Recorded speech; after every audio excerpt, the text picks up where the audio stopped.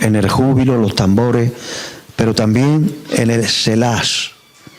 En el libro de los Salmos hay una palabra que aparece en hebreo que dice algunas verdades, el salmista, y pone Selah.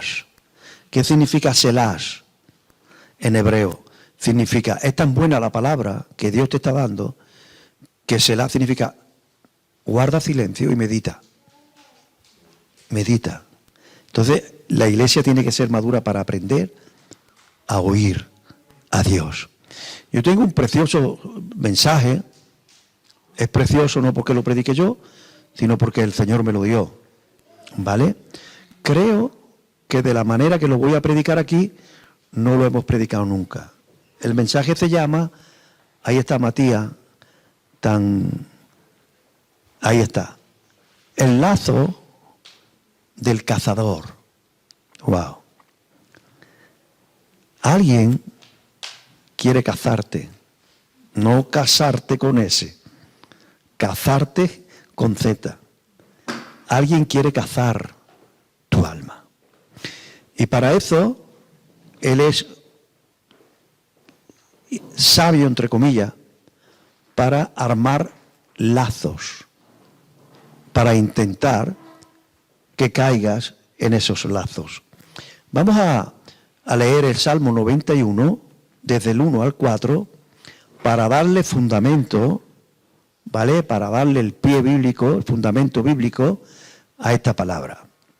El Salmo 91, en nuestro canal de YouTube tengo 4 enseñanzas sobre el Salmo 91. Esta no está ahí, esta es nueva entre comillas. Si quiere un estudio profundo sobre todo el Salmo 91, lo busca en el Google, @pastorrafaelreyes.com, y ahí está, hay 180, 190 enseñanzas nuestras.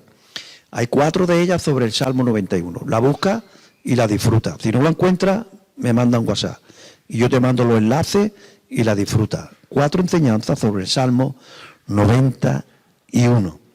El Salmo 91, ustedes saben que el libro de los Salmos, en su gran mayoría, lo escribió David. Pero no todos los salmos. Lidia, tú prepárame la botellita con el tapón quitado, ¿vale? Porque tengo problemas con las cuerdas vocales. No todos los salmos lo escribió David. Aunque hay gente que piensa que todos los salmos lo escribió David. No. La mayoría lo escribió el rey David, pero no todos. Este Salmo 91, casi nadie sabe este detalle, pero lo escribió Moisés, que era de todo menos un salmista. Era un líder, un caudillo, un pastor, un general. Era un gran hombre de Dios, fue un gran hombre de Dios.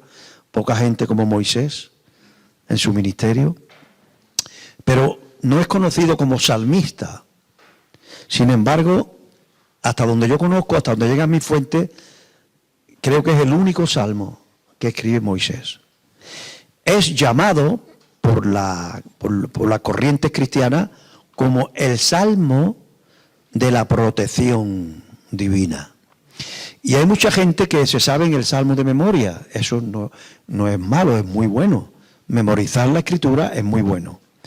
Pero podemos caer en un error, que creemos que por memorizar y decir el salmo de memoria va a venir sobre nosotros protección. La Biblia no funciona así. Eso es un concepto religioso de hechicería. Eso no funciona así. Yo he visto gente, te lo digo para que aprenda un poquito, ¿vale? La Biblia no sirve de nada si tú no la aplicas a tu vida. Por ejemplo, la Biblia dice que Jesús murió por ti y que de tal manera te amó Dios que entregó a su Hijo. Pero eso no sirve de nada si yo no acepto a Jesús. Porque la Biblia es un libro para aplicarlo. Cuando tú lo aplicas, entonces produce efecto y produce fruto, ¿vale? Entonces, el Salmo 91, si lo aplicas, te protege. No el Salmo, el Dios de ese Salmo. El Señor te protege. El Señor es tu protector. Y te ha dicho las claves para que surta efecto la protección. Hay quien piensa que tú puedes vivir como te dé la gana y el Señor te protege. No, el Señor ha pagado un alto precio en la cruz. y ha pagado un precio para que tú seas protegido. Y te ha dado la capacidad para poner en práctica los principios espirituales escritos en la Biblia para ser protegido. Entonces, hay quien piensa que el Salmo 91, tú lo dices de memoria, en paz me acostaré y así mismo dormiré, porque solo tú, el Señor, me hace vivir confiado, pero a mi mujer me pelea con ella y no le hablo esta mañana. No, ahí va, la protección va a tener ahí una fisura, ¿vale? Los principios bíblicos es para ponerlo en práctica. Entonces, el Salmo 91 es el Salmo de la protección que está condicionada a lo que el mismo Salmo nos muestra. Entonces, en el Salmo 91 aparece estrategia, métodos del diablo en el mundo espiritual que él lanza sobre su pueblo, sobre el pueblo de Dios, que él lanza sobre los hijos de Dios. Por ejemplo, en ese salmo vas a encontrar saeta que vuela de día. Eso es una estrategia demoníaca. Vas a encontrar, por ejemplo, mortandad que en medio del día destruya. O vas a encontrar pestilencia que anda en la oscuridad. O vas a encontrar los lazos del diablo. Vas a encontrar muchos métodos que el diablo utiliza, porque la Biblia nos abre el mundo espiritual. Y nuestro adversario tiene métodos. La Biblia dice en Corintios y en Efesios que hay una palabra griega que es metodoia, que se traduce en nuestra Biblia como maquinaciones, y la Biblia habla de las maquinaciones del diablo y de las acechanzas del diablo. Entonces, Jesús ha dado su vida a la cruz para que nosotros estemos súper protegidos del mal. ¿Vale? Por eso el Padre Nuestro nos enseña a orar, líbranos del mal. Ahí tiene otro principio bíblico. Cuando tú dices, líbranos del mal, líbrame del mal, es porque tú quieres ser librado. Y es porque tú estás dispuesto a aprender de Dios para ser librado del mal. ¿Vale? Entonces, en el Salmo 91 hay muchos ataques del maligno, de una manera escrita como metáfora. Pero yo quiero enfatizar en esta mañana y darte una enseñanza sobre uno en particular, porque no da tiempo a estudiar todo el Salmo y todas las estrategias. ¿Qué es la saeta que vuela de día? ¿Qué es la mortandad que en medio del día destruye?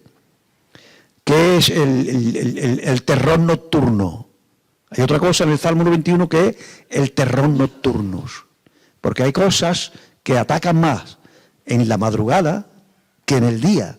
¿Cuántos han experimentado alguna vez un terror nocturno? Algo que en medio, ¿verdad? Que lo hemos experimentado, un terror nocturno. Bueno, tú confía, descansa, porque tu Padre Dios envió a su Hijo para pagar el precio legal para que nosotros estemos protegidos. Pero a la vez nos ha dado condiciones y la capacidad de cumplir esas condiciones para que nuestra protección no tenga fisura. Por eso el Salmo 91 comienza con las condiciones para que la protección divina surta efectos sobre nosotros. Y yo quiero hablarte de uno de los métodos del diablo, que aparece en el Salmo 91 como el lazo del cazador. El lazo del cazador. Dice así: el que habita al abrigo del Altísimo, ¿qué dice? Morará bajo la sombra del Omnipotente. Pregunta retórica. ¿Quién morará bajo la sombra del Omnipotente? El que habite al abrigo del Altísimo. La gente quiere la bendición, pero no quieren la condición. Ahí hay una bendición de protección. Y es que vamos a morar bajo el abrigo del Altísimo. Pero aquellos que buscan el abrigo del Altísimo es el que mora bajo la sombra del Omnipotente. Ahora se lo explicaré. Verso 2. Diré yo a Jehová, esperanza mía y castillo mío, mi Dios en quien confiaré. Él te librará. Que dice, Él te librará del lazo del cazador. Y continúa diciendo, de la peste destructora. Y empieza a nombrar ahí, que no lo vamos a leer, una larga fila de métodos que desde las tinieblas se nos lanzan a nosotros. Pero yo quiero hablarte específicamente del lazo del cazador. ¿Qué es un lazo? Vamos al mundo natural. ¿Cuántos han ido ahí, han ido alguna vez a cazar pajaritos? ¿Alguno? ¿Verdad? ¿Con qué iba a cazar? ¿Se llama lazo aquí también? En mi tierra se llama pegamento, también se llama percha, algunos sitios percha, le llaman también cepo, muy bien. ¿Cómo se llama? Costilla, no las que se comen con tomate, esas costillas. Muy bien, ¿verdad? Que hacía de ¡plá! Cuando éramos niños en Cádiz llovía cierta época del año y decíamos, vamos a coger lúa. Y yo no entendía lo que era lúa. Luego entendí que no es lúa, se llama aludas. Pero como somos tan brutos así, decía, vamos a coger lúa. No, íbamos a coger aludas. ¿Qué son las aludas? Son hormigas con alas. Y la poníamos en esa trampa, costilla, que le llaman por aquí. Se armaba el lazo y ahí había un resorte que cuando el pajarillo le daba ese resorte, ¡pah! Ahí se quedaba y ya el cazador tenía un pajarito. Entonces las aludas, para nosotros las lúas, eran hormigas con alas que se ponían justo ahí enganchadas. ¿Por qué con lúas? Porque el pajarillo veía que brillaba las alas y dice, qué buena lúa me voy a comer. Pero no se la comía, porque cuando le daba la lúa, saltaba el resorte. Eso es un lazo armado para cazar un pajarillo. El hombre se ha inventado a lo largo de la historia lazos de todo tipo, tanto para cazar animales como para pescar peces. Por ejemplo, en Rota hay un lazo que se hace de piedra que le llaman los corrales. ¿Qué es eso? Como Rota es como un balcón al Atlántico, allí sabemos nosotros, los de Cádiz, y mucha gente lo sabrá, que la marea baja mucho y luego sube mucho. Entonces, cuando la marea baja mucho, hace ya de esto miles de años, en los tiempos de los romanos, ya existían esos lazos de piedra que se llaman los corrales en Rota, que todavía existen. Entonces, se hacían unas murallas de piedra de 1,5 metros o 2, cuando la marea estaba vacía, se organizaban bien. Entonces, cuando la marea llenaba, los peces, los moluscos, entraban para acá, porque ya la marea había subido, había vencido esa muralla. Pero cuando la marea bajaba, los peces, cuando ya querían irse para allá, ya no podían, porque ya la marea había bajado y se quedaban ahí enlazados. Y llegaban los mariscadores y cogían porque estaban allí. Son lazos. Yo estudié una vez en una tribu indígena de África que hacían lazos para coger monos. Y lo hacían, digo, yo hay que ver lo estúpidos que son los monos, y la gente dice que venimos del mono. Porque cogían unos cocos, le hacían un agujerito pequeño así, y le sacaban todo lo que tiene el coco por dentro. Ese coco lo ataban a un árbol, y dentro ponían una simiente, una cosita, que le gustaba mucho a los monos. Y el mono llegaba ahí, veía eso, hacía así con la mano, la metía, la agarraba y ya no podía salir. Y el mono, queriendo salir, no era capaz de decir, voy a abrir, pierdo la comida, pero me voy. No podía, su instinto lo impedía, y venían los cazadores de la tribu y cogían al mono un lazo bien armado. Y por ejemplo, en Barbate está la almadraba. ¿Por qué? Porque hay una época del año donde vienen los atunes para cruzar el estrecho. Y desde la antigüedad se hacían unos lazos de redes, unos pasillos, y conducían a los atunes, veían las redes, y ellos, esquivando las redes, seguían los pasillos que le hacían hasta llegar a una especie de piscina pequeña, y ahí iban todos los atunes. Y ahí estaban ellos, pum, pum, pum, pum, pum, pum, pum, pum, día y noche cogiendo atunes. De ahí los famosos atunes rojos de Barbate, ¿vale? Porque es un atún exquisito, y lo hacían de esa manera. Son lazos. Y así te puedo decir montones de formas que los cazadores y los pescadores han inventado para cazar. Ahora, yo no quiero seguir hablándote de los lazos de los cazadores y de los pescadores, pero quiero hablarte de los lazos del diablo, porque él sabe armar lazos. Wow. Mira, rápidamente vamos a leer un par de versículos más para que veáis el fundamento bíblico y enseguida salimos. Proverbios 6:5.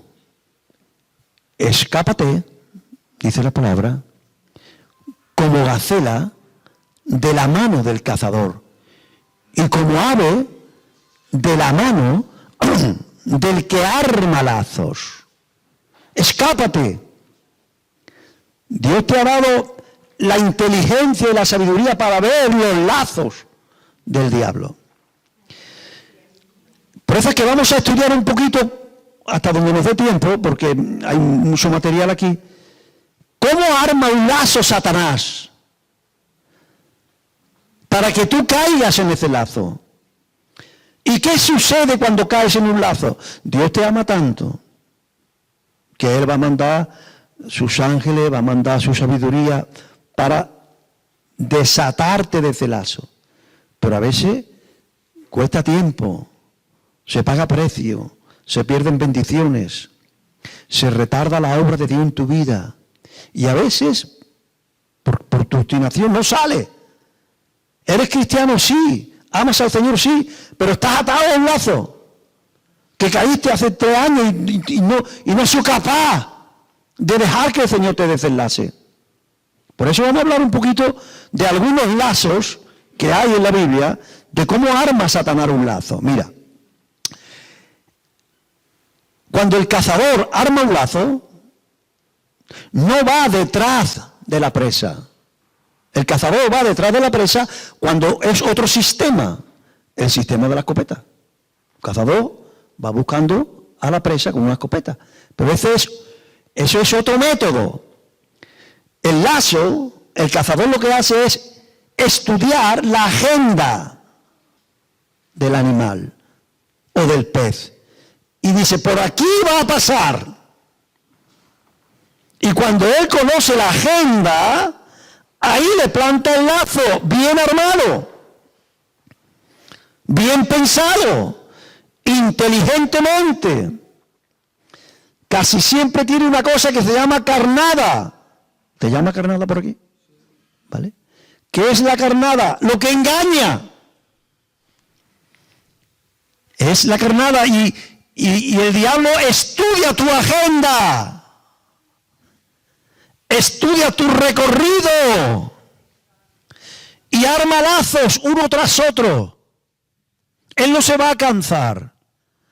Y tengo que decirte que en algunos yo he caído y en otros no he caído y en algunos todavía estoy cayendo, porque es sutil los lazos del diablo.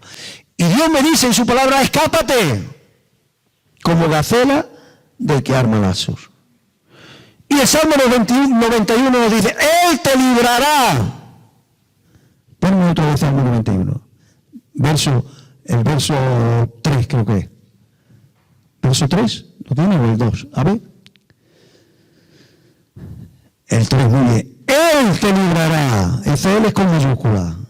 Dios te va a librar del lazo del cazador.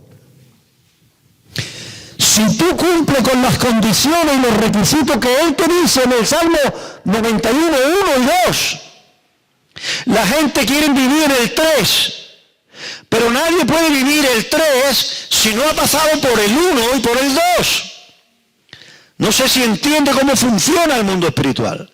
En el verso 1 te dice, el que habita al abrigo del Altísimo, ese o esa morará bajo la sombra del Omnipotente.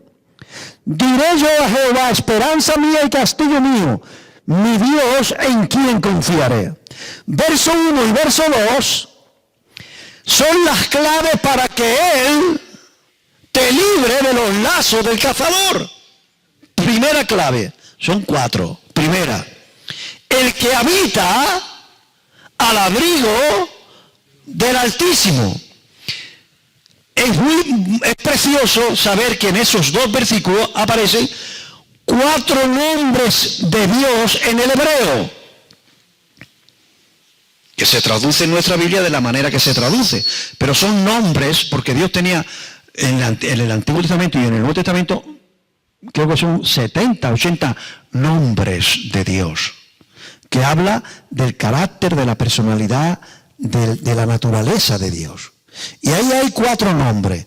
El primero es Elión, que es uno de los nombres hebreos menos conocidos. Ese Elión se traduce Altísimo.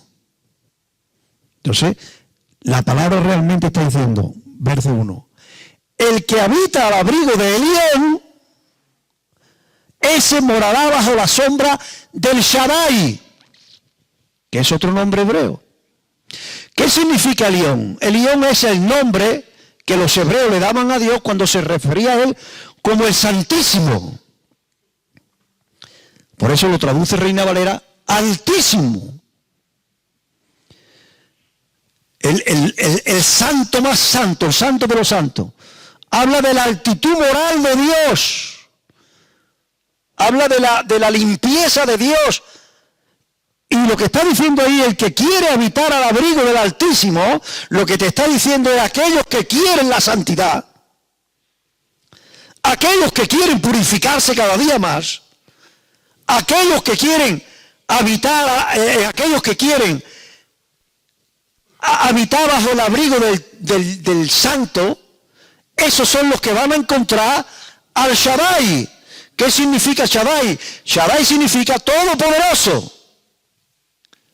El todopoderoso. Lo que te está diciendo ahí, que aquel que busca la santidad de Dios encuentra el poder protector de Dios. Tienes que aprender a ver la revelación de la palabra. Lo que ahí está diciendo, que si yo realmente busco la santidad, voy a encontrar el poder protector de Dios. Pero si yo juego con la inmundicia, con el pecado, y yo no tengo temor de Dios, no voy a encontrar la protección de Dios. No olviden que Satanás, antes de ser Satanás, ¿quién era? ¿Quién era? Querubín protector. Era un querubín llamado protector. Oh, querubín protector.